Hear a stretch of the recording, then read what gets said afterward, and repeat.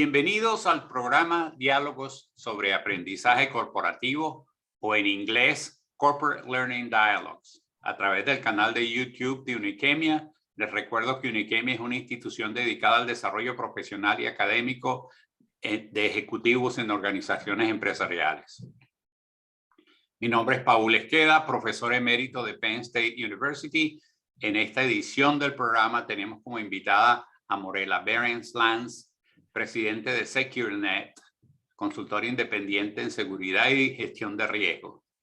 Morela se graduó de ingeniero de computación en la Universidad Simón Bolívar en Caracas. Además, concluyó exitosamente el programa avanzado de gerencia PAC del IESA en Caracas. Tiene las certificaciones CISM, que quiere decir Certified Information Security Manager, y la certificación de CGEIT, Certified in Governance of Enterprise IT, de ISACA, que es el Information Systems Audit and Control Association.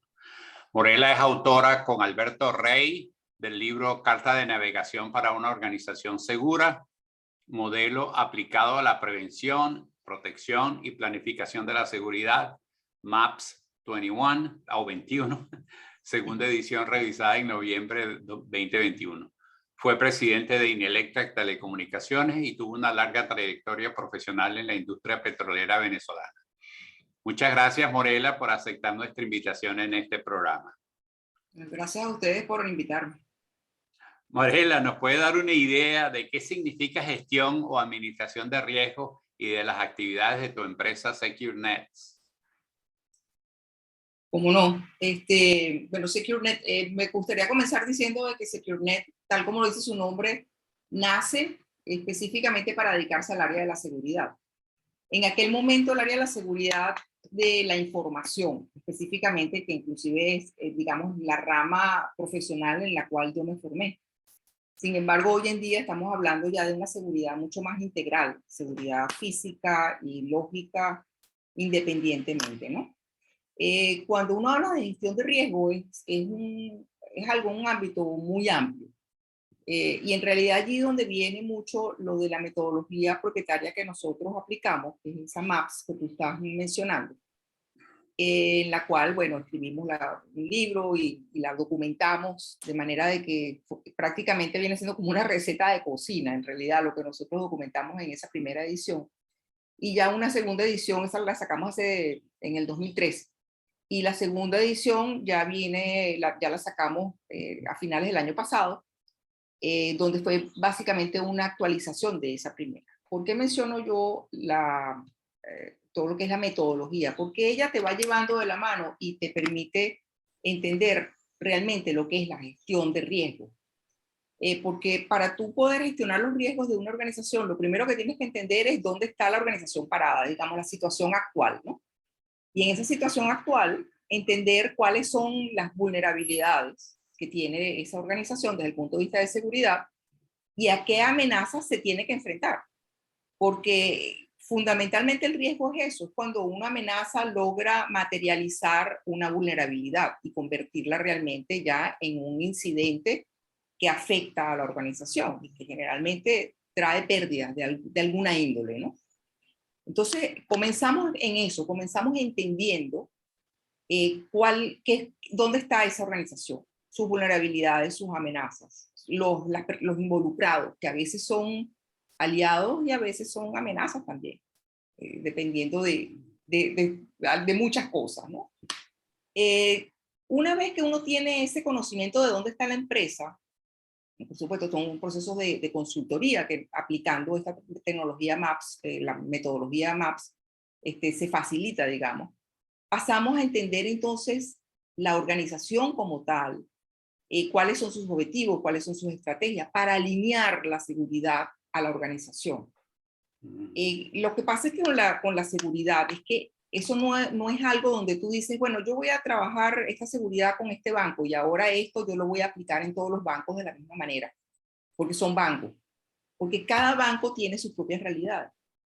Entonces, a lo mejor en algunos bancos hay que ajustar mucho más lo que tiene que ver con la parte, vamos a decir, soft que es la política, los procedimientos, la normativa, el comportamiento humano, que es muy importante, toda la parte cultural. Pero hay otras empresas, otro banco de repente, que tenemos que ajustarlo mucho más, hacer énfasis en la implementación tecnológica, en incorporar cámaras, en incorporar detección de intrusos, en incorporar sistemas de monitoreo. Entonces, ahí viene un poco lo que nosotros llamamos la arquitectura de seguridad, que tiene varios pilares, que es el factor humano, la parte tecnológica y la parte esta soft de políticas, normas, procedimientos, por supuesto todo arropado con lo que viene siendo los modelos de gestión de la seguridad propiamente dicho. Y luego ya pasamos como a la tercera fase de esta aplicación de esta metodología dentro de la gestión de riesgo, que es tener un plan de trabajo.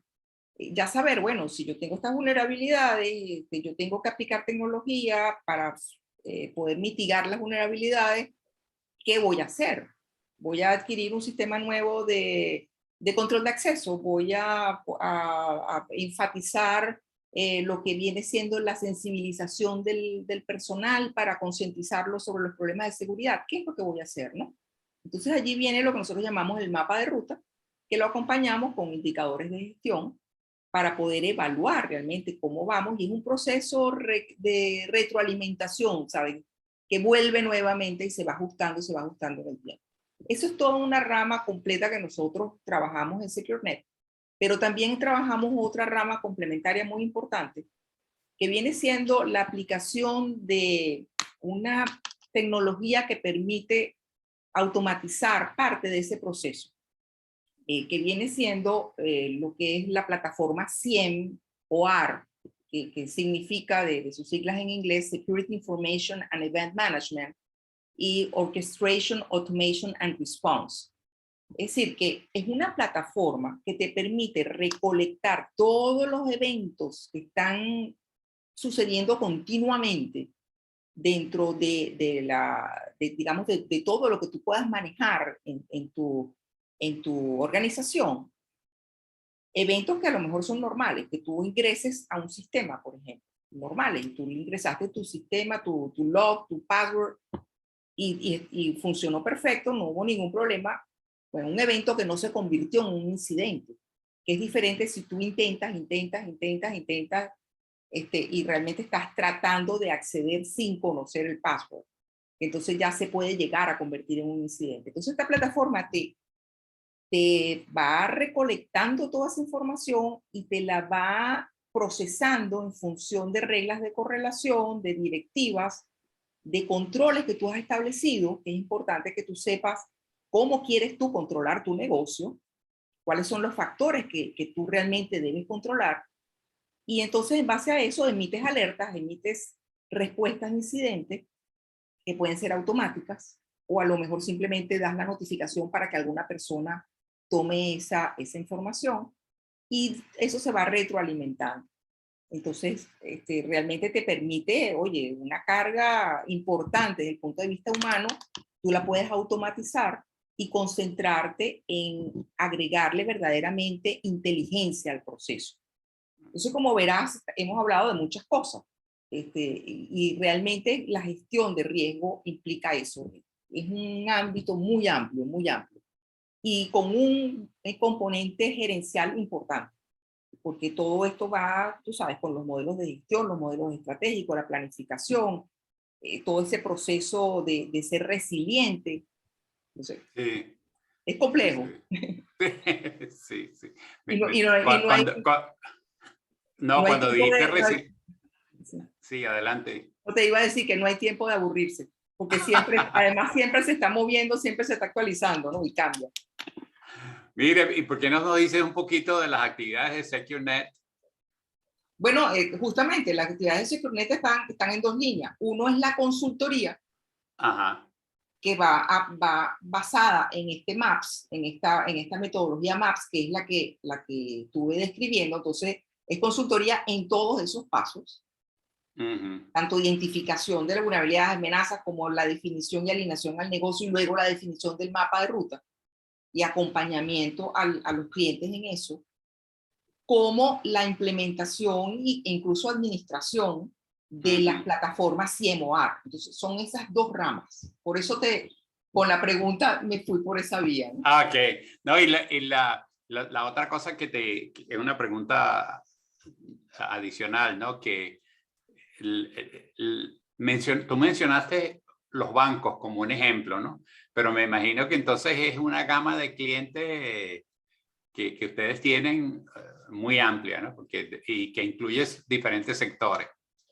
Sí, sí, sí, efectivamente, efectivamente. Y esa es una de las cosas bonitas dentro de la metodología esta que nosotros manejamos, porque, por ejemplo, la hemos aplicado a condominios, la hemos aplicado a hospitales, a manufactura, procesos industriales, a bancos. O sea, se aplica en cualquier cosa, realmente cualquier organización, no cualquier cosa, cualquier tipo de organización.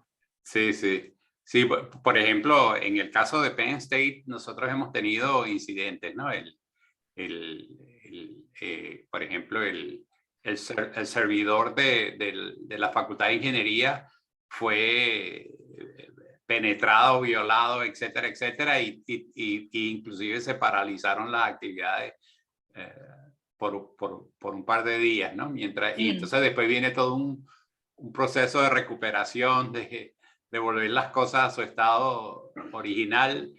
Y bueno, la universidad tuvo que implementar a empujones lo de, ¿cómo es que se? Dual Factor Authentication, ¿no?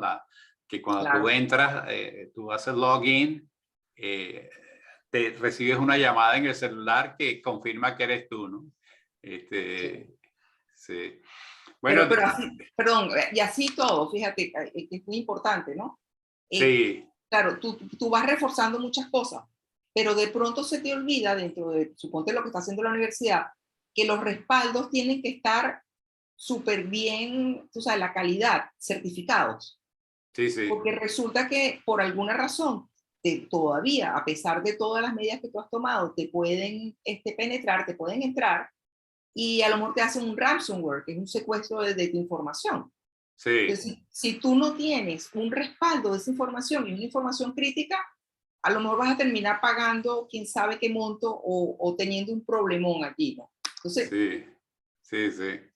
No, no, la verdad es que el problema de riesgo es amplio. ¿Cuáles son las innovaciones tecnológicas y los cambios de mayor impacto en el sector de administración de riesgos y seguridad en las redes? bueno, mira, todas estas tecnologías que están apareciendo últimamente, de las cuales se habla mucho, son tecnologías que impactan definitivamente todo lo que es la gestión de riesgos, ¿no? Vamos a mencionar algunas, por ejemplo, toda la parte analítica, que hay procesos analíticos ahorita, inclusive se está hablando de toda la parte de la computación cuántica, y un proceso, una capacidad de procesar, de analizar esa información muchísimo más rápido y a otros niveles, ¿no? ¿Por qué impacta eso? Bueno, porque cada vez más uno tiene que estar analizando escenarios dentro de lo que es la gestión de riesgos. Y la analítica allí es fundamental. Entonces, eso trae un impacto fuerte, ¿no? Por otra parte, hablamos de la inteligencia artificial. Entonces, la inteligencia artificial y vámonos a un caso, los automóviles Tesla y que son la automatización de los automóviles, que pueden inclusive ser conducidos sin el piloto, sin la participación, digamos, de la persona. Eso es fabuloso, o sea, uno habla con personas, qué maravilla, yo quiero un carro de eso y todo.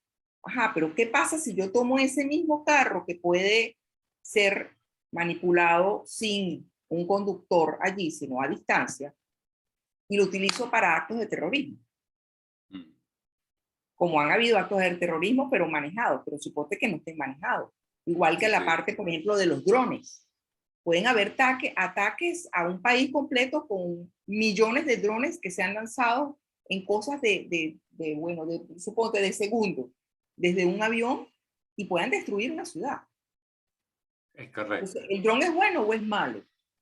Ahí entramos en una disyuntiva, que por cierto, en un libro que yo me leí de Dalai Lama, se llama El universo en un solo átomo. Me lo leí hace unos buenos años. Y él allí mencionaba mucho ataca ese punto, ¿no? la tecnología, que tiene un gran potencial, que pueden ser muy buenas, pero todo depende de la motivación del que esté promocionando la tecnología. Sí. Entonces, y allí es donde estamos actualmente, que es muy fuerte, con un cambio importantísimo a nivel de lo que tiene que ver con la gestión de riesgo. Otras tecnologías, me preguntabas por la tecnología, la robótica. La robótica también tiene un punto, una incidencia importante. Todo lo que tiene que ver con la realidad virtual. Estamos viviendo realidades que tú a veces te dices, bueno, pero ya no sé cuál es la realidad. Tú recibes notificaciones o informaciones y de pronto mucha de la información que tú estás recibiendo, tomándola como cierta, a lo mejor es fake, es falsa, Sí. es manipulada. Y a lo mejor estás viendo en un momento dado una persona, suponte un alto representante de un país, en un ambiente que está dando una conferencia, a lo mejor, no sé, en el Congreso, y resulta que todo está manipulado con imágenes generadas por computación. Entonces, no está allí.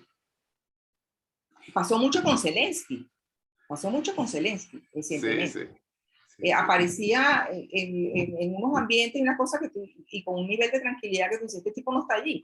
Él no está metido en un lugar donde hay una guerra. Él está metido, está bien resguardado. Bien recordada. Pero le ponen toda una ambientación donde él está dándole la mano al pueblo y está paseándose por las calles en un país con guerra. Está haciendo, tú sabes. Sí, sí, sí. Entonces, ¿qué crees? Sí. ¿Qué debes creer? Pues, ahí viene toda la parte de cómo visualizar y cómo gestionar hoy en día los riesgos de seguridad. Es complicado. Sí, sí.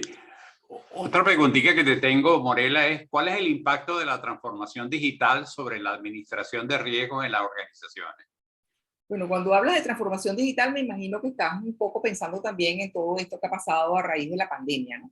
Sí, Es típico esa pregunta, y ese tema se toca mucho, ¿no? Efectivamente, a raíz de la pandemia hubo un cambio importante porque se aceleró mucho la adopción de la tecnología para muchas cosas, ¿no?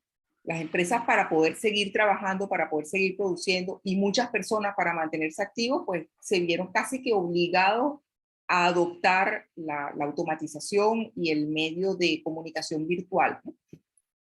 Eso trajo un impacto porque muchas empresas no estaban preparadas para eso, la mayoría no estaban preparadas para eso en realidad. Pero el impacto va fundamentalmente dirigido a que muchas normativas se deben aplicar, ¿no? Cosas como tener realmente, si tú vas a hacer una comunicación punto a punto y es una información sensible, pues a lo mejor debes tener la comunicación encriptada, por ejemplo, ¿no? O que tú sabes que te estás metiendo en un mundo donde de pronto te pueden llegar de cualquier parte del planeta y a lo mejor penetrarte tu información, tu servidor y todo, y lo que hablábamos antes. Entonces, bueno, tienes que tener tu previsión de tener respaldos muy bien certificados para, por si acaso, en un momento dado, un ransomware o cualquier problema, incidente que puedas tener.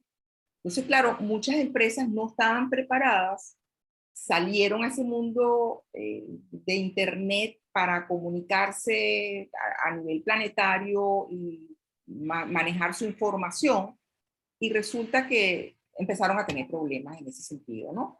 Hay muchos incidentes, pérdida de información, o sea, hubo problemas de diferente índole. Pero bueno, las empresas también aprendieron rápido y yo creo que han ido tomando sus medidas correctivas en ese sentido. Lo que sí es súper importante es hacia dónde estamos yendo a nivel del cambio con todas estas tecnologías que están pasando y todo lo que está pasando a nivel mundial, que han habido muchos cambios, y la misma adopción de la automatización como tal digital, lo que es la gestión de riesgo también ha dado un cambio muy importante, porque hemos pasado ya de lo que nosotros llamamos riesgos sólidos, riesgos tangibles que tú puedes predecir y de repente aplicarle una fórmula probabilística a la posibilidad de ocurrencia o no de un tipo de incidente, a lo que nosotros llamamos los riesgos líquidos, que son riesgos prácticamente impredecibles, donde lo único constante es el cambio, donde tú no sabes si tu enemigo lo tienes casi que dentro de tu casa o dentro de tu organización, porque no sabes quiénes son realmente los enemigos, no tienes cara. Las caras cambian y cambian digitalmente. Entonces, todo, te llega información, un porcentaje alto es fake. Entonces, ¿sabes? Es una situación bastante diferente a nivel de lo que es la gestión de riesgo como tal. La verdad es que aterroriza un poco cuando lo pones en esos términos, ¿no? Todo lo que has dicho de las vulnerabilidades de las organizaciones. ¿Cuáles crees tú que son las mayores fortalezas y debilidades de América Latina en la tecnología de gestión de riesgo? Pues mira, a nivel de América Latina, en términos generales, hay su, digamos, cada país dentro de América Latina tiene sus propias idiosincrasias y sus propias maneras de manejar las cosas, ¿no? Y sus propios grados de desarrollo y en la adopción de la tecnología y en la aplicación de esa tecnología en el área de seguridad. Pero así en términos generales, cuando uno habla, por ejemplo, del factor humano a nivel de Latinoamérica, pues muchas veces viene siendo la mayor fortaleza, pero también a veces la mayor vulnerabilidad que tenemos en esta zona. ¿Por qué te digo la mayor fortaleza? Porque el latino en general es una persona que tiende a ver las cosas en un contexto más amplio, que no por el librito, tiende a buscar sus propios caminos, a tratar de conseguir un resultado, a pesar de que a lo mejor se salga un poquito de su área de formación básica como tal. Entonces, claro, de pronto llega al área de seguridad una persona latina que cuando recibe una notificación de un posible incidente, es capaz de verlo en un contexto más amplio y tal vez de llegar a soluciones o de entender mejor la problemática de lo que pudiera ser una persona formada dentro del ámbito mucho más del librito, de cuadrado, internamente de la caja, como dicen los norteamericanos, que si esto no lo estudié o no me lo enseñaron así, yo no aplico esto de esta manera. O sea, no piensan out of the box, ¿no? Uh-huh. En muchos casos, o tal vez siempre hay excepciones, ¿no? Entonces, bajo ese punto de vista, como te digo, puede ser una ventaja. Pero la desventaja es que a lo mejor entonces también puede llegar a tomar decisiones y cuestiones si no tiene una formación como es debido. ¿Okay? Si no sabe realmente, si lo hace a lo loco. Entonces, a veces se convierte como en un arma de doble filo. Eso es el punto de vista de la persona, del factor humano que trabaja en seguridad. Cuando hablamos de la aplicación de la tecnología, cada uno de los países de Latinoamérica, la aplicación de la tecnología tiene diferentes niveles. Sin embargo, en la mayoría, cuando tratamos de sacar así, bueno, cosas generales, se está aplicando la tecnología bastante de avanzada. Plataformas como por ejemplo esto de las plataformas que nosotros manejamos, CMOR, se están utilizando. La mayoría, no todos, pero la mayoría de los países de Latinoamérica. El problema allí es que es una plataforma con mucho potencial, pero que la mayoría, yo te puedo decir que el 90% de las empresas con las que yo he estado trabajando o en contacto de una u otra forma, que tengan plataformas de este tipo, no la saben utilizar. Porque la implementan y tienen información, pero no van más allá. Esta es una plataforma, hablando específicamente de esa tecnología, pero eso aplica para muchas cosas, que uno tiene que estarle poniendo, digamos, alimentándola, retroalimentándola, de manera tal de que uno pueda decir, bueno, aquí hubo un incidente diferente, tengo que ajustar los controles, y entonces que sea un proceso de resiliencia, donde realmente tú vayas aprendiendo en el camino y vayas ajustando y perfeccionando tu sistema de monitoreo y alerta. Entonces, siempre hay como, esto es bueno, pero no tan bueno. Es interesante el factor cultural, ¿no? Porque yo prácticamente lo he vivido aquí en Estados Unidos, llegando como administrador administrador académico en Penn State, que uno empieza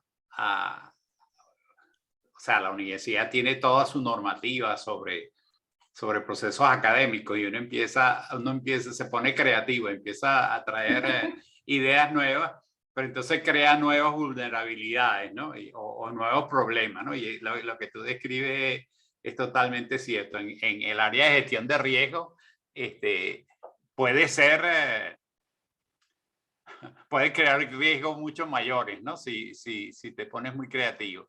Sin embargo, sí es cierto también que la cultura acá en Estados Unidos es muy orientada a que la gente sigue las metodologías y sigue los libritos, ¿no? Y no se sale, ¿no? Cosa que no se sale del guión, ¿no? Pero en todo caso es bien interesante, ¿no? Que el elemento cultural y el estado de desarrollo de los países, y del otro lado, esto que tú mencionas de que 90% de las organizaciones que no usan el sistema que tú describiste anteriormente, ¿no? Que tienen los sistemas, pero entonces seguramente que reaccionan más cuando tienen un incidente Claro, claro. y empiezan a usar. Te tengo otra pregunta aquí. ¿Cuál crees tú que debería ser el mapa de ruta de desarrollo profesional ideal de un profesional en el área de gestión de riesgo? Oye, cuando me hablas del mapa de ruta ideal, lo ideal es alguien que se vaya pasando como por las diferentes áreas, ¿no? Digamos, que pueda entender un poco lo que es la seguridad física y la seguridad informática, que entienda las diferencias y las áreas de convergencia de ambas. La industrial ya tiene otro tipo de normativa, entonces hay cosas que aplican, pero ya viene como un nivel de especialización diferente. Y que la otra cosa es que el profesional, digamos, dentro de cada una digamos, dentro de lo que es la seguridad como tal, lo que yo planteaba al principio, tienes las políticas, normas de procedimiento, que es bastante como más soft, y todo lo que es la capacitación, sensibilización del personal, toda esa parte, ¿no? Pero al mismo tiempo tienes después todo lo que es con la tecnología, aplicación de la tecnología. Entonces necesitas la formación o por lo menos el entendimiento tecnológico y qué tecnología aplicar y cómo aplicarla y cómo integrar ciertas informaciones. ¿Sabes? Vas a otro nivel. Tienes lo que son los modelos de gestión, entonces ya te estás yendo un poco más a ámbitos como más gerenciales. Por ejemplo, lo que es un proceso de continuidad de negocio, un proceso de respuesta a incidentes, ya entran a otro nivel y que tiene mucho más la visión gerencial. Entonces, lo que estamos hablando de que una persona se pase por todas esas áreas, realmente es como muy utópico.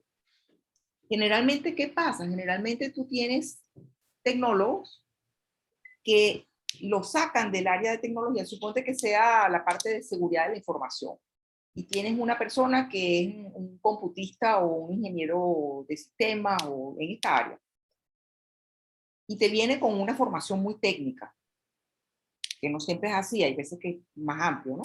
Pero viene con una formación muy técnica, y tú lo pasas al área de seguridad.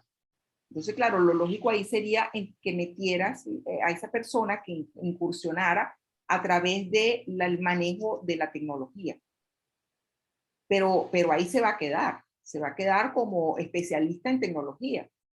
Sí. A menos que la persona tenga ya de por sí esa inclinación hacia el manejo gerencial, hacia una visión más estratégica.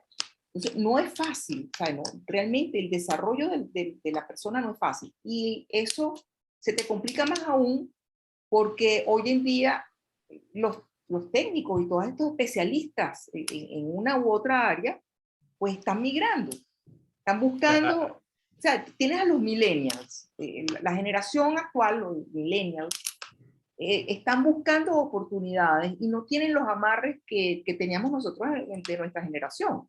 Nosotros teníamos una conciencia de que había una jerarquía, de que había un sistema, un esquema de trabajo, un respeto a ciertas reglas. Ellas no. Ellos saben que tienen un conocimiento y sienten que, bueno, que pueden ir al mundo y no tienen temor como lo teníamos tal vez nosotros. Ellos no les importa romper amarras rápidamente de un día para otro e irse a otro país y no importa. Y trabajan 3 meses aquí, 6 meses allá, mientras ellos vean que su conocimiento a ellos les satisface lo que están haciendo y que están recibiendo una buena remuneración. Entonces, ¿cómo haces tú para desarrollar a una persona, a un profesional que tiene esa inclinación, que tiene esas características? O sea, la única manera realmente que yo he encontrado es logrando que se enamore del área y que quiera crecer dentro del área. Entonces, el gran reto es que, dado que la gestión de riesgo cada vez es más intangible, es ese riesgo líquido que mencionaba yo anteriormente, que la persona entienda de que está en un área donde cualquier cosa puede pasar y donde la información que está recibiendo no es fidedigna, digamos, no es algo que tú la puedes leer, como tú, hoy en día tú no puedes leer un periódico y decir, esto es verdad. Sí, Aunque te lo firme el periodista más reconocido, sino que tú tienes que ver si realmente lo que está diciendo es verdad o tiene un trasfondo. Igualitos en seguridad. Aquí surgió me da una alerta, pero... sí, me da la impresión de que de repente lo que estabas diciendo ahorita me hizo recordar los detectives, los policías, o sea, que cuando tú hablas de riesgos líquidos, realmente el individuo tiene que estar alerta, atento a todas las señales o síntomas de un posible evento, ¿no? Sí, Impresionante.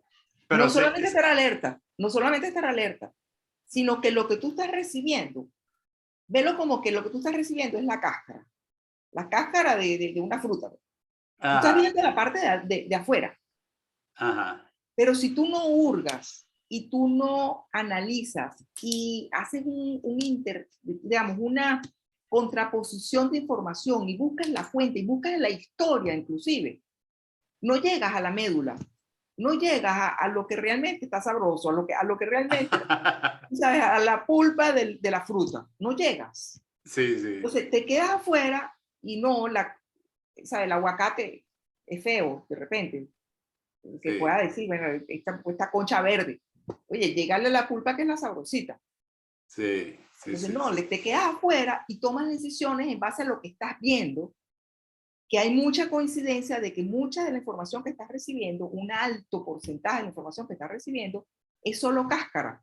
Y por detrás hay otras informaciones que tú no estás viendo. Y a lo mejor lo que estás recibiendo es una información distractora. Sí, sí, sí. Entonces, y ahí está lo difícil. ¿Cómo logras tú desarrollar al factor humano dentro de eso? Tienes que Sí, entrar por otra vía. Tienes que darle, por ejemplo, cosas como que la persona sea resiliente, que no se quede frente a algo, sino que busque, ok, me pasó esto, lo resolví de esta manera, o no lo resolví por tal cosa y tuvo tal impacto, pero tomé una contramedida de seguridad para yo asegurar que no me vuelva a pasar de esta manera o me dé una alerta a tiempo, y yo retroalimento mi sistema para que eso no me vuelva a pasar. ujú, Y que inclusive la parte de antifragilidad, que tú, cuanto peor sea la experiencia resolviendo un problema, más fortalecido sales, pues. Logras superarte, sí, sí, pero ¿cómo logras tú pasarle eso a una persona que está aprendiendo? ¿Sabes? ¿Cómo el factor humano no es fácil? Ahí se lo dejo a ustedes que trabajan con eso. Y me dicen después cuál es la receta. desarrollo profesional, pero tiene que ver con la siguiente pregunta de cómo se manejan los planes sucesorales en gestión de riesgo en organizaciones o cómo se transfiere el aprendizaje corporativo de generación en generación de administradores. Bueno, es que eso va también un poco con lo que hablábamos antes, que realmente es muy difícil en esta situación actual el tú poder planificar el desarrollo de carrera y tú decir, bueno, mira, aquí tengo yo este puesto y las personas que van a sustituirlo son fulano o sotano, que son los que tienen el potencial, que tienen la experiencia y que yo he ido desarrollando. ¿Por qué? Porque en cualquier momento se te van esos dos y te quedas sin nadie. O se te van los tres, se te va el principal y los dos sucesores. Yo he visto muchísimo de ese problema. Bueno, aquí en Venezuela, no te cuento, en Venezuela ha sido terrible. En Venezuela se han ido tres niveles en un solo golpe.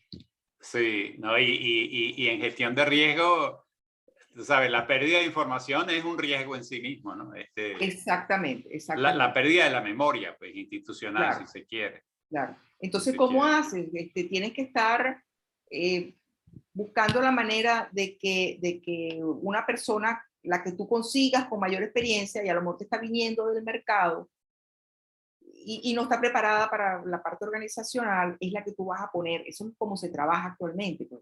Te pones a buscar como loco quién puede ser el reemplazo y te conseguiste una persona que tiene mucha experiencia y todo, pero a lo mejor es en un área totalmente diferente. Y aquí tiene que pasar por otro proceso. Acelerar el desarrollo de la persona. Entonces, lo que yo visualizo como hacia dónde vamos es algo que sea mucho más dinámico, donde haya mucho más el trabajo en equipo, donde haya mucha menos dependencia de una persona, que todos se puedan complementar, que haya un apoyo como es debido de las herramientas, como herramientas de analítica, herramientas de monitoreo, de recolección de información, y que las personas aprendan a interpretar esto, a analizar esto, a tomar decisiones y trabajo en equipo. Cuando uno logra eso, se va uno o se van dos, pero quedan otros con el conocimiento. Sí, sí. Entonces, es un poco más fácil. Es la misma, el mismo concepto de tener respaldo de la data, es tener respaldo en personas, ¿no? Del conocimiento. Sí. Tal cual. Sí, sí. Por cierto que ayer estaba viendo una entrevista a Rafael Rey, que es venezolano, que es el presidente del MIT ahorita. Ajá. Y él decía que su papá le decía, porque Rafael Rey es hijo de ucraniano, que se vinieron a Venezuela y se residenciaron en Maracaibo. Y el papá siempre le decía que tenía que estudiar, porque el conocimiento es lo único que uno se puede llevar cuando se va de un país a otro, ¿no? Así repentinamente, ¿no? Ese es tu mayor capital, eso es verdad. Sí. Hay un libro de un señor que se llama Andy Grove, que fue el presidente de Intel, que se llama Solo el paranoico sobrevive. Y yo creo que eso está en la línea de lo que tú estabas diciendo antes, de que puedes estar viendo la superficie, pero si eres paranoicamente, si tienes suficiente paranoia, vas a averiguar más. No sé si te recuerdas que esto fue un incidente de Intel, que Intel sacó un microprocesador que tenía un error, daba un error y entonces se dio toda una campaña negativa a Intel de queja, ¿no? Porque el error no influenciaba el uso diario del computador, ¿no? Sino que era un error que ocurría en operaciones muy especializadas. Pero los números telefónicos de Intel empezaron prácticamente a explotar con quejas, ¿no? Sí, la reputación. Entonces, Andy Grove tomó la decisión de reemplazar todos los microprocesadores a todo el mundo de gratis, con un costo a la empresa de $250 millones. Entonces, bueno, de ahí es que sale él escribiendo el libro, ¿no? De solo el que es paranoico sobrevive, ¿no? Sí. Bueno, Morela, muchísimas gracias por estos minutos que nos has dedicado sobre un tema que la verdad es que yo lo estaba viendo más desde el punto de vista de desarrollo profesional, pero es un tema fascinante y tiene ese componente, como decía antes, de detectivesco. Pero muy bueno. Bueno, muchísimas gracias, Morela, y bueno, quedamos pendientes de revisitar este tema en un año o más o menos. ¿Ok? Seguro, seguro, tu orden, bueno, y gracias a ustedes por tenerme aquí.